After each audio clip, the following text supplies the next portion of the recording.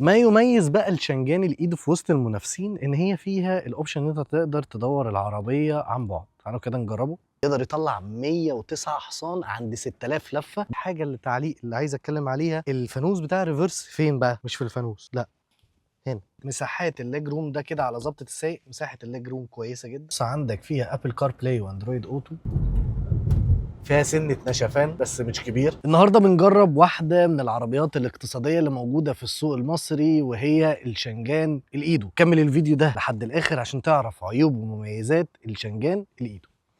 الشنجان الايدو بتنزل بفئتين. اول فئه اليت ب 875 الف جنيه، والفئه الثانيه بريميوم ب 925 الف جنيه، والاسعار دي بتاريخ 19/7/2026. لو جينا اتكلمنا على الشكل الامامي، هي واحده من اشيك العربيات اللي موجوده في الفئه السعريه دي، بالشبكه الكبيره جدا. بص الشبكه قد ايه، مع كمان الدي ان اي اللي موجود في الفوانيس الاماميه باللينس اللي موجوده، بكمان البيانو بلاك اللي موجود بالتب اللي موجوده في الاكسدام الامامي، مع الخطوط اللي موجوده في الكبوت. عندك ادي خط ادي التاني، حوالي 4 خطوط. شكل العربيه شكلها مميز جدا في الفئه الاقتصاديه اللي بتتكلم من اول 800 الف جنيه و900 الف جنيه، فدي اشيك عربيه بالنسبه لي في الفئه الاقتصاديه. العربية بتيجي بمحرك 1500 سي سي تنفس طبيعي، بيقدر يطلع 109 حصان عند 6000 لفة، بيقدر يطلع 152 نيوتن متر تورك عند 4000 لفة. واصلين بناء الحركة، ودي كده حاجة أول مرة أشوفها، واصلين بناء الحركة دي سي تي وات من 7 نقلات. أول مرة أشوف تنفس طبيعي واصل بدي سي تي، فهنشوفه في التجربة هل المحرك ده مع الدي سي تي أدائهم هيكون عامل إزاي. تانك العربية 53 لتر. لو جينا بصينا على التقفيل بتاع المحرك، هتلاقي ان هنا بتيجي بالغطاء بتاع المحرك مكتوب عليه بلو كور. بلو كور دي لشنجان، دي تكنولوجي ليها. كمان هنلاقي ان هنا البطاريه بيجي ليها عازل، وده شيء كويس جدا، ده انا بركز عليه دايما في العربيات الاقتصاديه. مش شايف فيه اي اسلاك عشوائيه، يعني هتلاقي كل حاجه متقفله بشكل مريح للعين. اجماليا كده شكل المنظومه اللي موجوده مريح للعين بالنسبه للتقفيل. وكمان العربيه بيجي فيها مصفحه من تحت. ودلوقتي لو اتكلمنا على ابعاد العربيه، طول العربيه 4730، عرض العربيه 1820، ارتفاع العربيه 1505، ويل بيز 2700، والخلوص الارضي 155. لو جينا اتكلمنا على الشكل الجانبي، اكتر ما يميز العربيه جراوند كليرنس يعتبر متوسط، بتتكلم في ارتفاع 155 متوسط. لو جينا اتكلمنا برضو هتلاقي ان العربيه فيها كيلس انتري، تيجي تفتح بالزرار اللي فيها. كمان هتلاقي ان المرايات هنا بتيجي كهرباء ضم، وفيها كمان تسخين. هتلاقي ان الجنوط اللي بتيجي هنا 17 في اعلى فئه تو تون، اول فئه بتيجي بتصات. كمان هتلاقي ان هي بتيجي فاميه خلفي، وهتلاقي ان العفشه الاماميه ماكفيرسون، العفشه الخلفيه تورشن بيم متصله. هنجرب التعليق بتاع العربيه كمان شويه في تجربه القياده، خليك مكمل الفيديو لحد الاخر.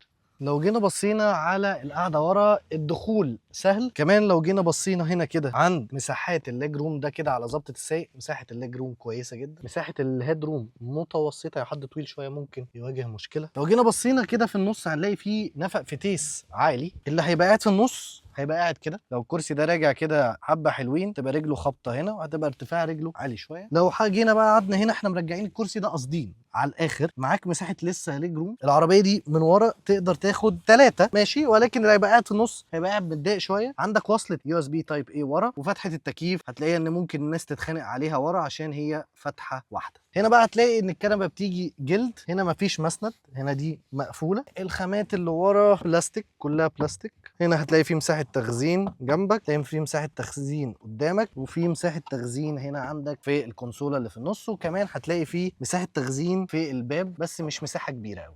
زي ما العربيه كانت شيك من قدام، برضو الشياكه ظاهره ورا بالدي ان اي، اللي نفس الدي ان اي اللي قدام. الفوانيس اللي فيها الخطين دول، وكمان هتلاقي فيه قطعه سيلفر كده بتيجي ما بين الفانوسين، وكلمه شنجان، كلمه ايدو، واللوجو بتاع شنجان. الحاجه اللي تعليق اللي عايز اتكلم عليها، الفانوس بتاع الريفرس فين بقى؟ مش في الفانوس، لا، هنا.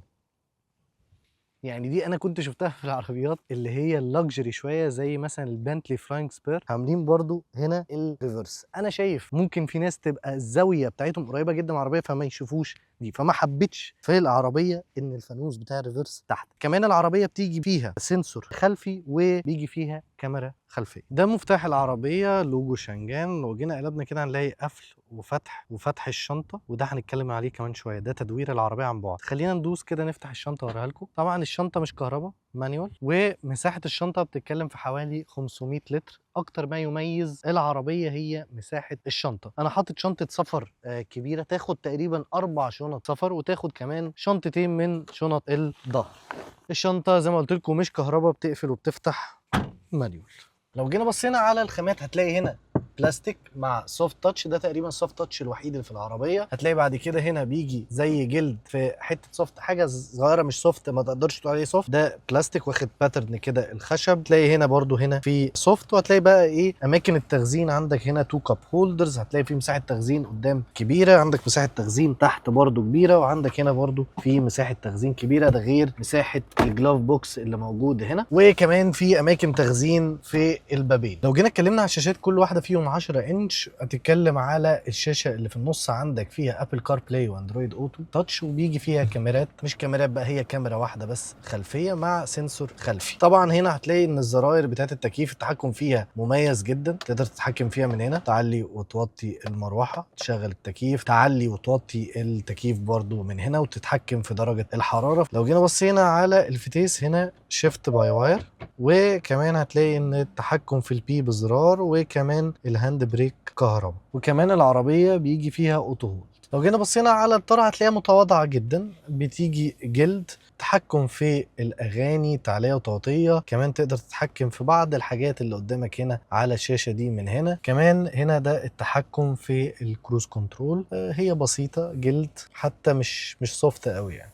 لو جينا بصينا على كرسي السايق بيجي كهرباء، حتى الظهر كهرباء، الكرسي التاني بيجي مانيوال مش كهرباء. خلينا دلوقتي نتكلم على الفرق ما بين الفئه الاولى والفئه الثانيه. الفئه الاولى فيها 2 ايرباج، الفئه الثانيه فيها 4 ايرباج. بيزيد في الفئه الثانيه الاوتو هولد الجنوط ال17، الفئه الاولى بتيجي بتصاد 16. بيزيد برضو الفئه الثانيه الفرش الجلد والدركسيون الجلد والتكييف الاوتوماتيك والمرايات الضم والتسخين، وكمان الليد الامامي والكيلس انتري وتشغيل المحرك عن بعد. وبيجي برضو فيها 6 سماعات بدل الفئه الاولى سماعتين بس، وكمان الفئه الثانيه بتزيد عن الفئه الاولى بفتحه سقف. ما يميز بقى الشنجان الايد في وسط المنافسين ان هي فيها الاوبشن ان انت تقدر تدور العربيه عن بعد. تعالوا كده نجربه.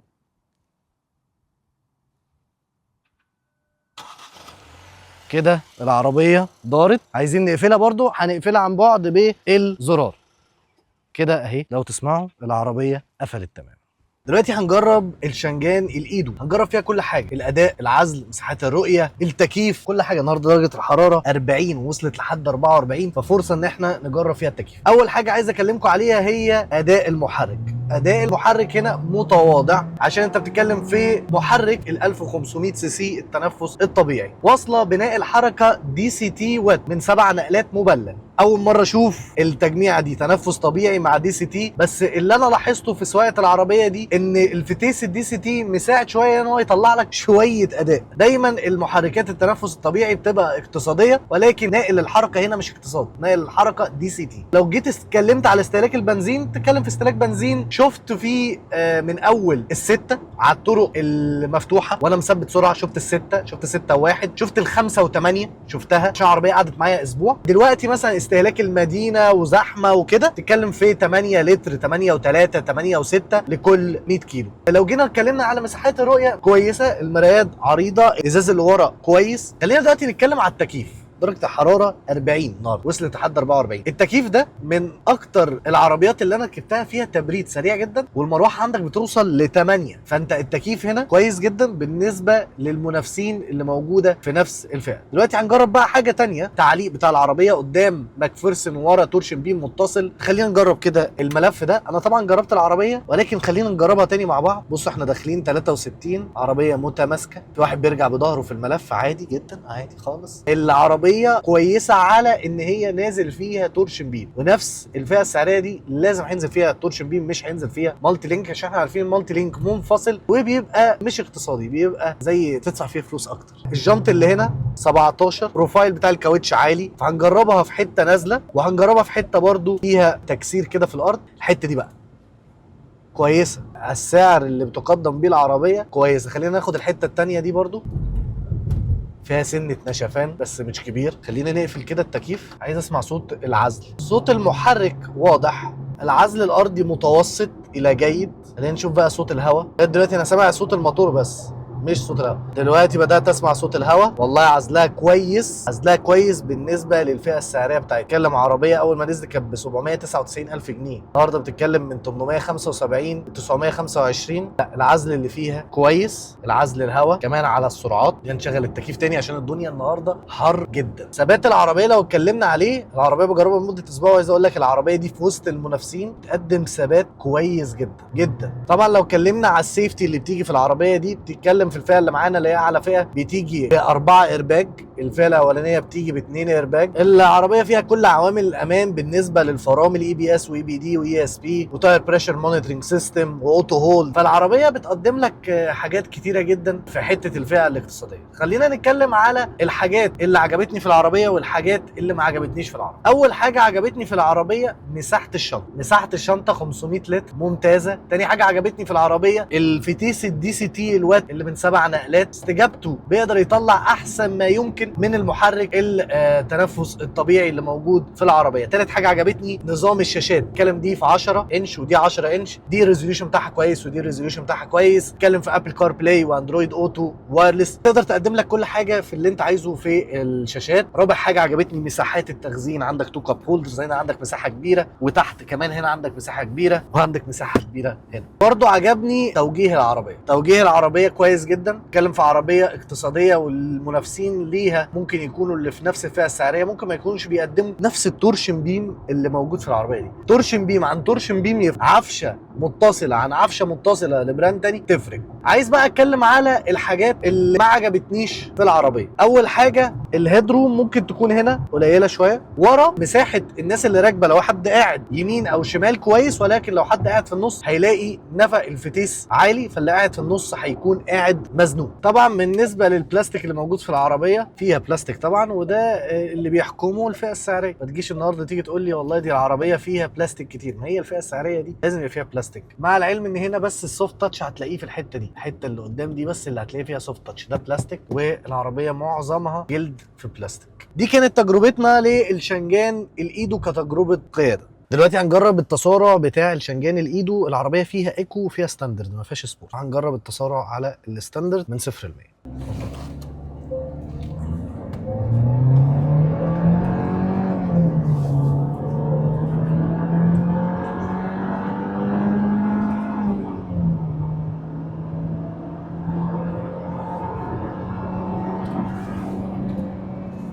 دي كانت تجربتنا للشنجان الايدو من عيوب ومن مميزات. لو انا في اي حاجه ما غطيتهاش في الفيديو ده يا ريت تسالوني في الكومنتس، عشان طبيعي ان انا ممكن انسى حاجات ما اتكلمش عليها. فلو عندك اي سؤال اكتب لي في الكومنتس وانا هجاوبك عليه. سلام.